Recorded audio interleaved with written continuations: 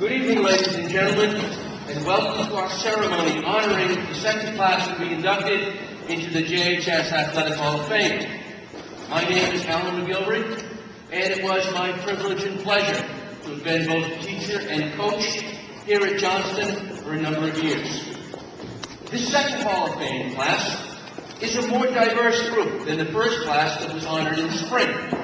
That first group was comprised of athletes only, whereas this class includes athletes, a group of remarkable coaches, and a renowned sports journalist.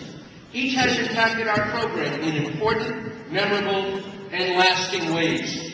The athletes we honor tonight are drawn from the entire span of JHS athletic history, from our first true state championship team, our 63 baseball players, through a 1980s-era basketball and baseball star, and concluding with our youngest and most recent All-Staters. When considering their remarkable achievements, their victories, their championships, their honors won, it is easy to note their immense physical gifts. Scott Moore's powerful arm, Dave Taraborelli's speed, Kevin Brown's strength, Ryan Garrity's quickness. Their physical gifts were obvious, but in themselves, these would not guarantee the kind of success our inductees achieved. Their physical qualities had to be catalyzed by their own internal temperaments in order to achieve the success we celebrate tonight. Each possessed the internal drive for excellence that Aristotle defined as the greatest quality of man. Each possessed the fortitude, work ethic, and self-discipline necessary for success. Each displayed the mental acuity necessary to recognize the situation and make quick and difficult decisions under the pressure of intense competition. Most importantly, in my judgment, each possessed what might be described as an antique value. Americans of the 19th century prized one quality above all. They called it moral courage.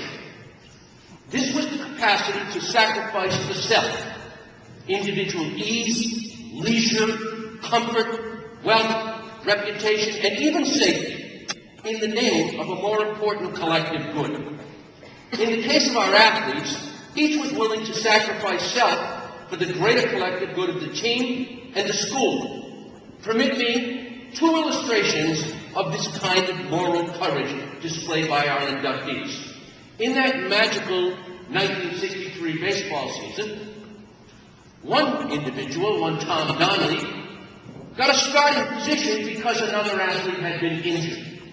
By the time the playoffs rolled around, the other athlete had regained his health. Tom Donnelly went to Coach D and said to him, "Put the other boy in. Let him start. I'll come off the bench." This is moral courage. This is the sacrifice of self for something greater. In the early 80s, Bob Smith's Johnston High School basketball Panthers were making a spectacular and surprising drive to the state championship finals.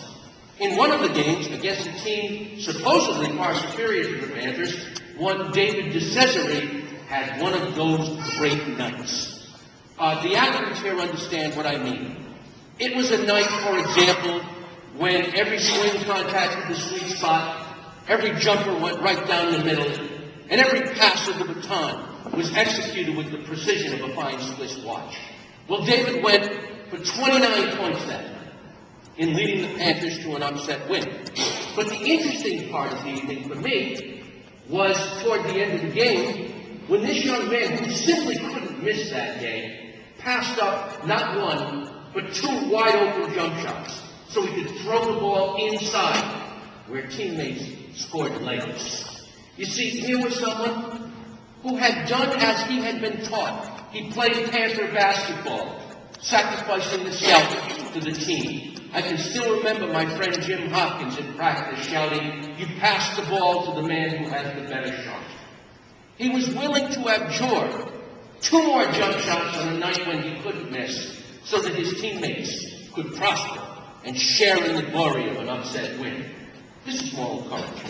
So we honor our athletes for their achievements, for their personal qualities, and for their recognition that there are things of greater value than mere self-aggrandizement. When one thinks of Johnston athletics, one simply thinks of the game played with efficiency, competitiveness, toughness, strength, sportsmanship, and integrity. These are qualities that have largely been mined into our programs by our various coaches. Tonight, we honor a most singular group of men. Please pardon the antithetical phrasing, but I think it's appropriate. In the writing of American history, a rather positive trend has emerged in the last decade.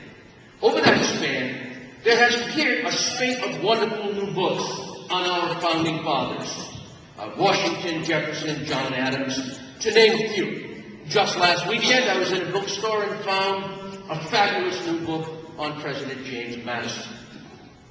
So pronounced is this trend that Pulitzer Prize-winning historian Joseph Ellis has written that we are in a period of what he called, and I quote, founding father chic.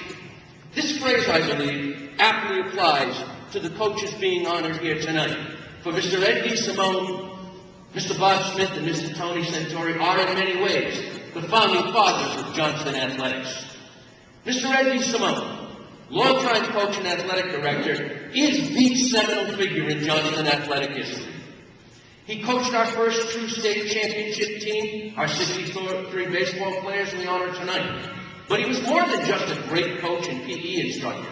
He has long been the institutional leader of our program, serving as our AD for nigh on to 50 years. Was there ever a time when Eddie D wasn't the boss? The titles won, the wonderful facilities our teams enjoy, and the stability of our programs reflect the influence of this strong and dedicated leader. Think about when you meet Mr. D. You immediately see the smile, the clear eye, and the affable disposition. He immediately conveys the sense that things are well and that the future is bright. This strong, positive approach created exactly the atmosphere where success can flourish. Permit me a quick story that I believe encapsulates his approach to leadership. One week, some of the weight men on the track team I was coaching had a particularly destructive week, and they snapped the hammer wire.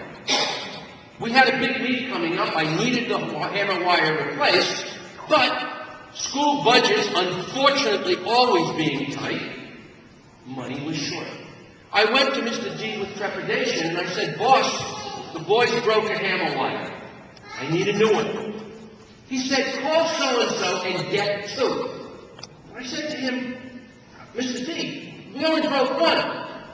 And he said to me, "Look, get two. We want them to have what they need to be successful." Consider an atmosphere promoting success and an ironclad determination that his boys and his girls, as long as they played for Johnston, would have what they need to guarantee their success. So leadership, strength, stability, and a commitment to success. This is the foundational input of Mr. Edward DiSimone.